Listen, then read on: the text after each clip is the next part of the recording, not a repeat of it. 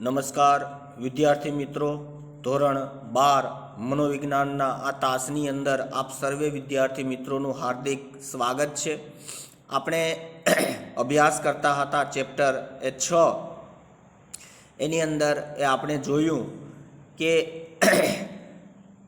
વિકૃત ભય.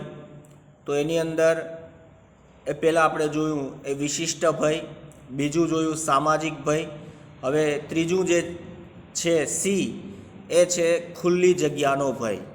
તો ખુલ્લી જગ્યાના ભયને અંગ્રેજીમાં એગ્રોફોબિયા કહે છે. એગોરાફોબિયા ગ્રીક ભાષાના એગોરા પરથી ઉતરી આવેલો છે, જેનો અર્થ જાહેર સ્થળ થાય છે. તો ખુલ્લી જગ્યા હોય એનો ભય ક્યારેક વ્યક્તિને લાગતો હોય તો એને એગોરાફોબિયા કહેવામાં આવે છે. અને આ એગોરા શબ્દ એ ગ્રીક ભાષાના એગોરા શબ્દ પરથી આવ્યો છે અને એનો અર્થ થાય છે જાહેર સ્થળ.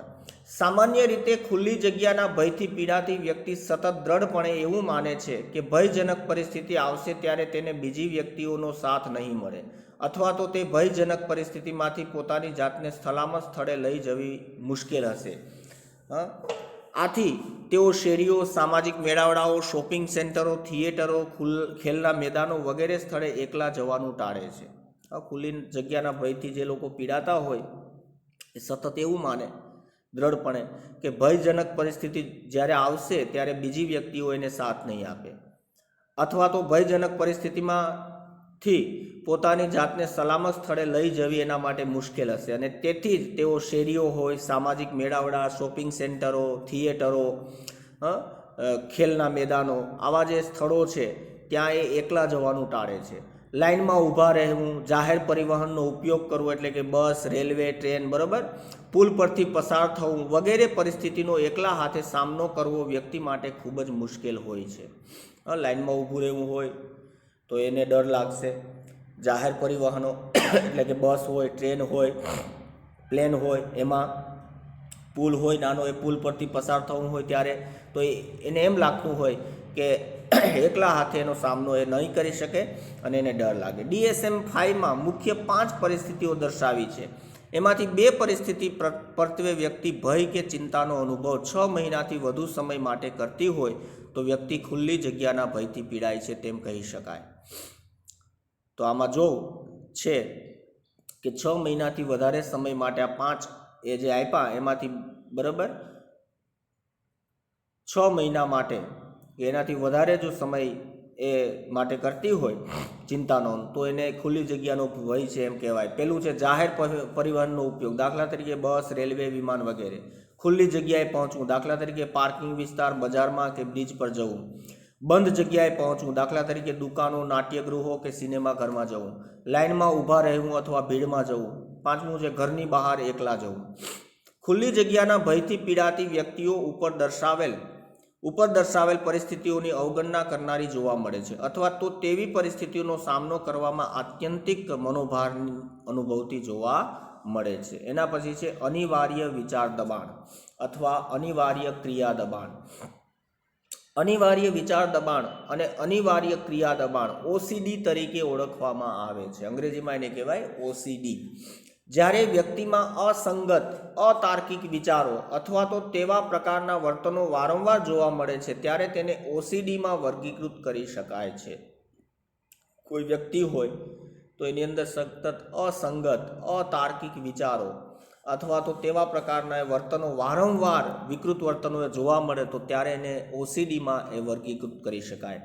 DSM-5 મુજબ અનિવાર્ય વિચાર દબાણમાં વ્યક્તિને વારંવાર કોઈ અવાસ્તવિક, અસંગત, અર્થહીન વિચારો, કલ્પનાઓ આવે છે.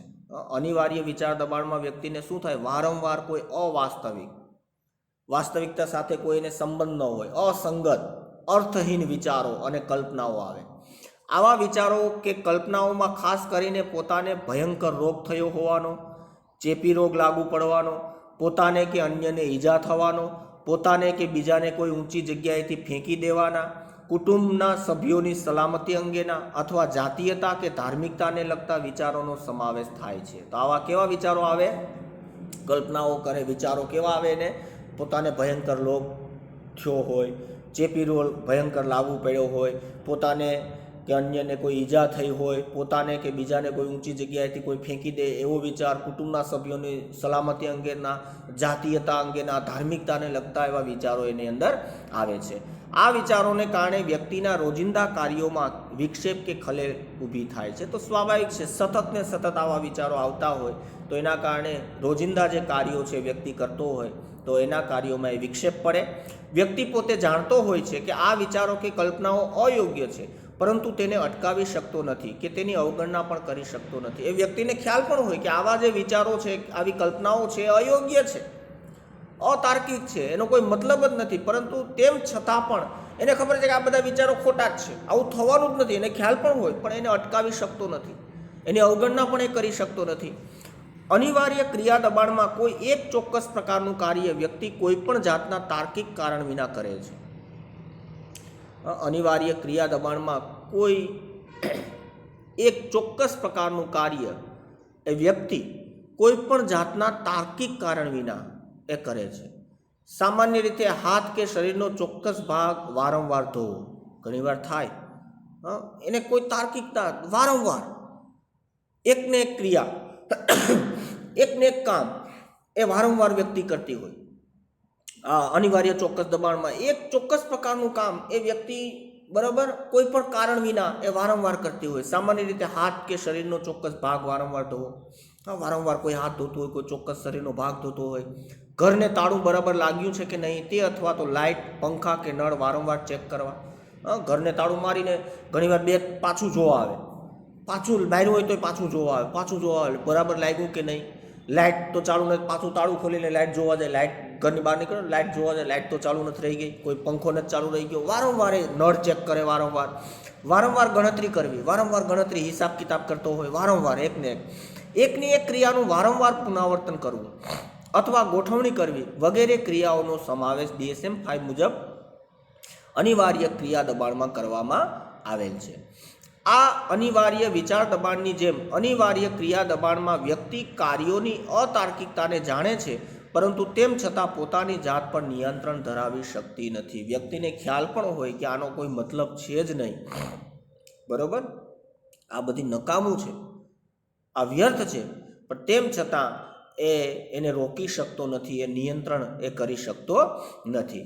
જીવનમાં ક્યારેક આ વિકૃતિનો ભોગ બનેલ વ્યક્તિનું પ્રમાણ 2.5% જેટલું છે. તો આ જે છે 2.5%, આ વિકૃતિના પ્રમાણની બાબતમાં જાતિગત તફાવત જોવા મળતો નથી.